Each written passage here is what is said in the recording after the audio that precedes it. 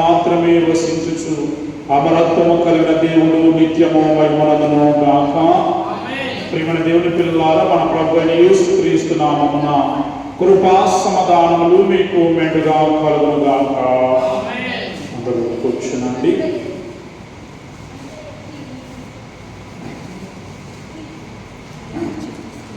ప్రియమైన దేవుని పిల్లలారా, మరి కీర్తన గ్రంథము 146వ అధ్యాయము, కీర్తన గ్రంథము 146వ అధ్యాయము 6వ వచనము చదువుతున్నాను. అందరూ పలకండి. ఆయన ఆకాశమును, భూమిని, సముద్రమును, దానిలోని సర్వమును సృజించిన వాడు.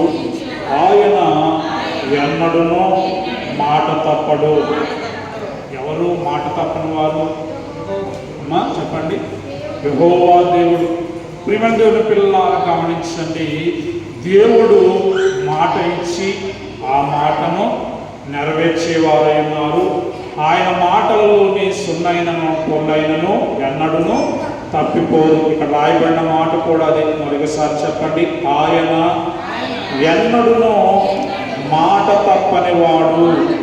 ఈ మాట మనము పెద్ద అక్షరాలతో మన యొక్క హృదయాల్లో ఎప్పుడు కూడా ముద్రించుకొనవలసిన వారమై ఉన్నాం. ఎందుకంటే ఇప్పుడు మన జీవితాల్లో కష్టాలు, నష్టాలు, వ్యాధులు, సమస్యల గుండా మనం వెళుతూ ఉన్నప్పుడు దేవుని యొక్క వాగ్దానాలు మనకు గుర్తుండాలి.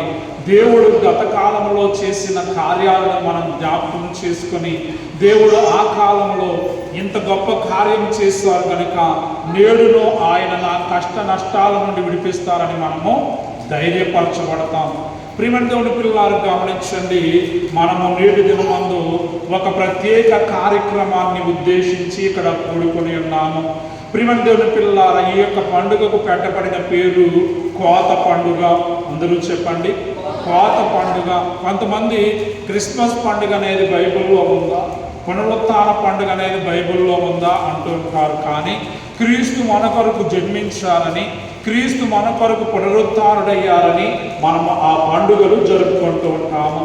అయితే ఈ కోత పండుగ అనేది పరిశుద్ధ గ్రంథంలోనే వ్రాయబడింది. దేవుడే మీ యొక్క పొలములోని ప్రథమ ఫలముల పంటను మీరు దేవుని మందిరానికి తీసుకుని రండి, ప్రథమ ఫలముల పండుగను జరిపించండి అని తెలియచేశారు.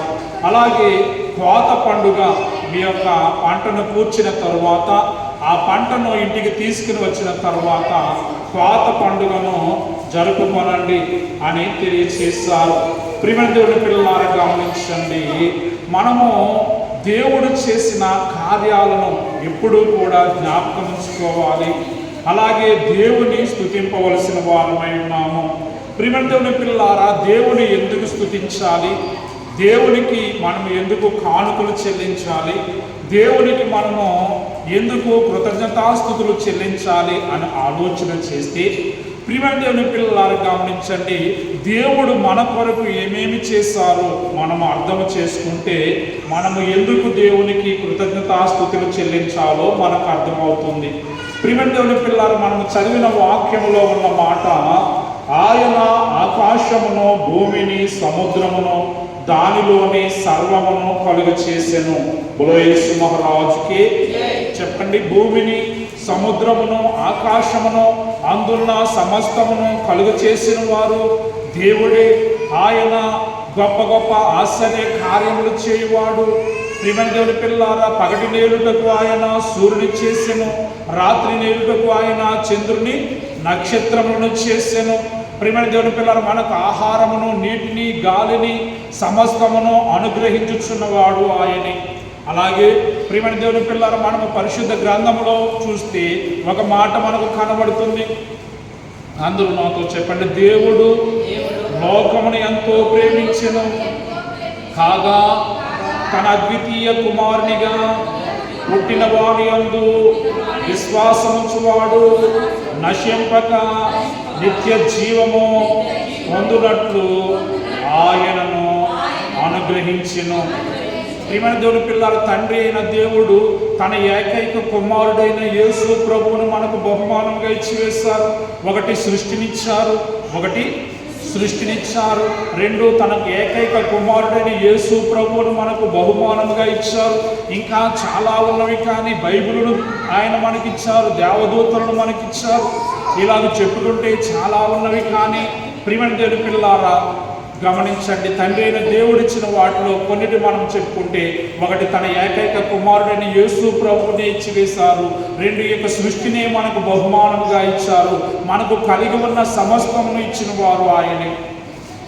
అలాగే మరి కుమారుడైన యేసు ప్రభు వారు ఏం చేశారు చెప్పండి? కుమారుడైన యేసు ప్రభు వారు ఏం చేశారు? తన ప్రాణమునే మన కొరకు శిలువ మీద అర్పించి వేశారు. అందరూ నాతో చెప్పండి, జీవమును నా జీవమునకై శిలువపై అర్పించిన యేసు, దేవా నేను నీరు నంబు తీర్చగలనా ఎన్నటికైనా? జీవమును నా జీవమునకై శిలువపై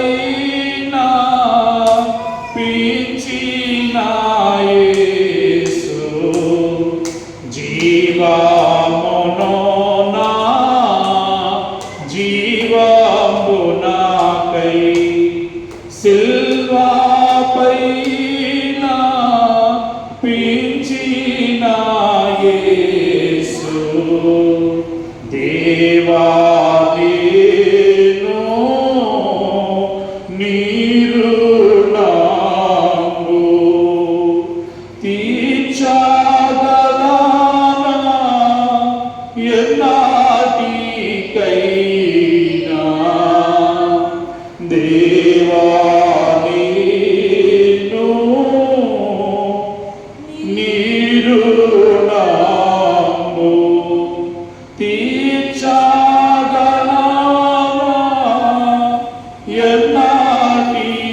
ఎన్నటికైనా? ప్రియమైన దేవుని పిల్లలు గమనించండి, తండ్రి అయిన దేవుడు తన ఏకైక కుమారుడైన యేసు ప్రభువును మనకు బహుమానముగా ఇచ్చి ఉన్నారు. కుమారుడైన యేసు ప్రభు వారు తన శరీర రక్త ప్రాణములను మనకు శిలువ మీద బలిగా అర్పించి వేశారు. ప్రియమైన దేవుని పిల్లలు, ఈ లోకములో యేసు వలె మనల్ని ప్రేమించేవారు ఎవరునూ లేరు. ప్రియమైన దేవుని పిల్లలు, తల్లిదండ్రులు మనల్ని ప్రేమిస్తారు, బంధువులు మనల్ని ప్రేమిస్తారు, స్నేహితులు మనల్ని ప్రేమిస్తారు, కానీ యేసు వలె మనల్ని ప్రేమించేవారు, హక్కును చేర్చుకునేవారు, ఆదరించేవారు ఎవరునూ లేరు. ప్రియమైన దేవుని పిల్లలు, చాలామంది కష్టాల్లో ఉన్నప్పుడు అయ్యా మేము మీ కొరకు ప్రార్థన చేస్తున్నాము అని చెప్పేవారు ఉండొచ్చు, కానీ మీ కొరకు రక్తము కారేటంతగా ప్రార్థించిన వారు ఎవరైనా ఉన్నారా? నీ కొరకు నా కొరకు యేసుక్రీస్తు ప్రభు వారు గెత్సెమనే తోటలో తన శరీరంలో నుండి రక్తము కార్చబడే వరకు ఆయన ప్రార్థన చేశారు. వాక్యంలో రాయబడిన మాట, ఆయన మరింత వేదన పడి ప్రార్థన చేయగా ఆయన శరీరంలో నుండి రక్తము నేల పడుచున్న గొప్ప రక్త బిందువులు అని ఆయన యేసు ప్రభు ఆ యొక్క గెత్సెమనే తోట నుండి ఈడ్చుకుని వెళ్ళారు. ప్రియమైన దేవుని పిల్లల, తోటలో ఆ యొక్క రాళ్ల మధ్యలో ఆ యొక్క ముళ్ళు ఉన్న చోట్లను యేసు ప్రభు వారిని ఒక మొద్దును, ఒక చెట్టుని ఈడ్చుకుని వెళ్ళినట్టుగా యేసు ప్రభు వారిని ఈడ్చుకుని వెళ్ళి ఉన్నారు. నీ కొరకు నా కొరకు యేసు ప్రభు వారు ఏడవబడ్డారు. ఆయన యొక్క ముఖము మీద ముసుగు వేసి పిడిగుద్దులు గుద్దారు. ప్రియమైన దేవుని పిల్లలారా, ఆయన ముఖం మీద ముసుగు తీసి ఆయన ముఖం మీద ఉమ్మి వేశారు. ఏమి చేశారు? ఉమ్మి వేశారు. భక్తులు పాడుతూ ఉన్నారు, హేళన చేశారు, గేలి చేశారు, అవమానపరిచారు, నిందలు వేశారు, లేని నేరములెన్నో మోపారు.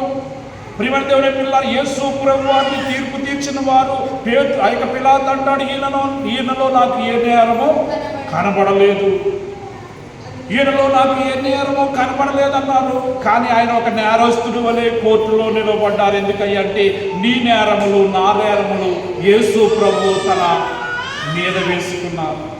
దేవుని యొక్క వాక్యంలో రాయబడిన మాట, లోక పాపములను మోసుకొని పోవు దేవుని గొర్రెపిల్ల ఎవరు? యేసుక్రీస్తు ప్రభు. ఈ మాట మనం ఇప్పుడు మర్చిపోకూడదు.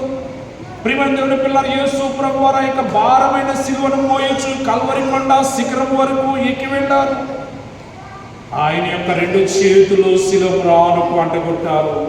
ఆయన పాదములను ఒక పాదముపై మరి ఒక పాదమును ఉంచి ఆయన పాదములలో నుండి శిలోపురానికి దిగబడినట్టుగా మేకుతో కొట్టి ఉన్నారు. ప్రియమైన దేవుని పిల్లలు గమనించండి, ఒక చెక్క మీద మరొక చెక్కను పెట్టి ఆ మేకుతో రెండు చెక్కలు అతుక్కునేటట్టు కొడతారు, అవునా కాదా? అలాగే యేసు ప్రభు వారి యొక్క శరీరమును ఆ యొక్క కొయ్య శిలువ మీద ఉంచి ఆయన శరీరమును శిలోపురానికి అంటగొట్టి ఉన్నారు. ఎందుకు? ఎప్పుడైనా ఆలోచన చేశారా? యేసుక్రీస్తు ప్రభు ఎందుకు ఆ 3 మేకుల మధ్య వేలాడారు? శిలువ మీద వేలాడుచున్న యేసు ప్రభు వారిని కనుక మనము చూస్తే ఆయన శిరస్సు మీద మొండ్ల కిరీటం ఉన్నది. మొండ్ల కిరీటముతో ఆయన శిరస్సు గృచ్చబడినది కనుక ఆయన శిరస్సులో నుండి రక్తము కార్చబడుచున్నది.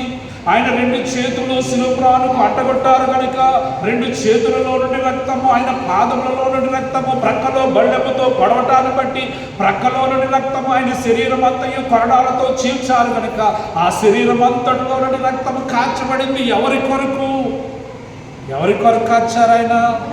ప్రియమైన దేవుని పిల్లలకు వచనం చదువుదాము. తీతుకు రాసిన పత్రిక 2వ అధ్యాయము 24వ వచనము. చాలా వచనాలు ఉంటాయి కానీ ఈ ఒక్క వచనమే మనం చదువుదాము. తీతుకు రాసిన పత్రిక 2వ అధ్యాయము 24వ వచనము. 14 అందరూ చెప్పండి. ఆయన సమస్తమైన దుర్నీతి నుండి మనలను విమోచించి సత్క్రియలంత ఆసక్తి గల ప్రజలను తన కోసరము పవిత్రపరచుకొని తన సొత్తుగా చేసుకొనుటకు తన్ను తానే మన కొరకు అర్పించుకొనెను. యేసు మహారాజుకి. ప్రియమైన ఈ బైబిల్ ఏమంటుందంటే యేసు ప్రభు తన్ను తాను మన కొరకు శిలువ మరణానికి అప్పగించుకున్నారు. ఎందుకంటే మనము పరిశుద్ధపరచబడాలని, మనము సత్క్రియల యందు ఆసక్తి కలవారముగా ఉండాలని. గమనించండి, మొట్టమొదట తండ్రి అయిన దేవుడు మన కొరకు ఈ సృష్టినిచ్చారు. రెండవది తన ఏకైక కుమారుడని యేసు ప్రభు వారిని ఇచ్చివేశారు.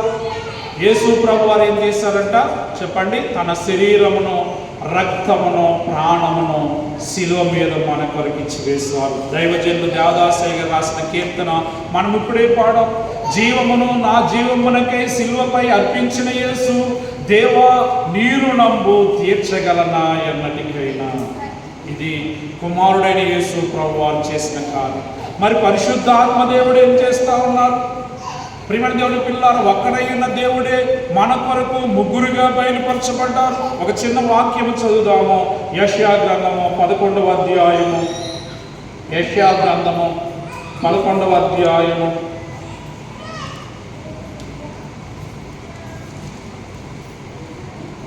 2వ వచనం. అందరూ చెప్పండి. యెహోవా ఆత్మ జ్ఞాన వివేకములకు ఆధారమగు ఆత్మ, ఆలోచన బలములకు ఆధారమగు ఆత్మ, తెలివిని యెహోవా ఎడల భయభక్తులు పుట్టించు ఆత్మ.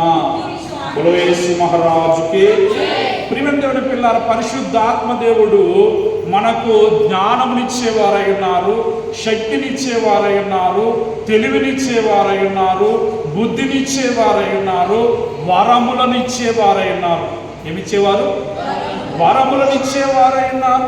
ప్రియమైన దేవుని పిల్లలు, నీవు కనుక మోకరించి ప్రార్థన చేస్తే దైవాత్మానము నా తనువుల ప్రాణము, నా జీవమంతయు నీతో నిండా నన్ను చేరి వశింపమని నీవు దినమునకు 1 గంట దైవ ధ్యానము చేసి కనిపెడితే పరిశుద్ధాత్మ దేవుడు నీ మీదకి వచ్చి నీకు శక్తిని, జ్ఞానమును, బలమును, తెలివిని, బుద్ధిని దయచేస్తారు. అందుకే మనము దైవాత్మానము అనుకీర్తనలో ఒక చరణం పాడతాము. పాడండి ఒకసారి. పరిశుద్ధుని చేసి నీ వరములు దయచేసి, పరిశుద్ధుని చేసి నీ వరములు దయచేసి, నీ పరిశుద్ధ సన్నిధిని చూపుమా.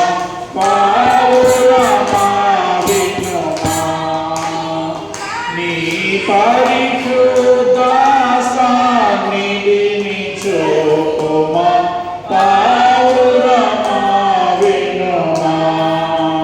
ప్రియమైన దేవుని పిల్లల కడవరి దినాలలో మనం అంత్య దినాలలో ఉన్నాము. దేవుని యొక్క వాక్యంలో రాయబడిన మాట, అంత్య దినములలో నేను అందరి మీద నా ఆత్మను కుమ్మరించేదను. దేవుడు ఏం చేస్తారంట? ఏం చేస్తారంటున్నారు? నా ఆత్మను నీ మీద కుమ్మరిస్తాను.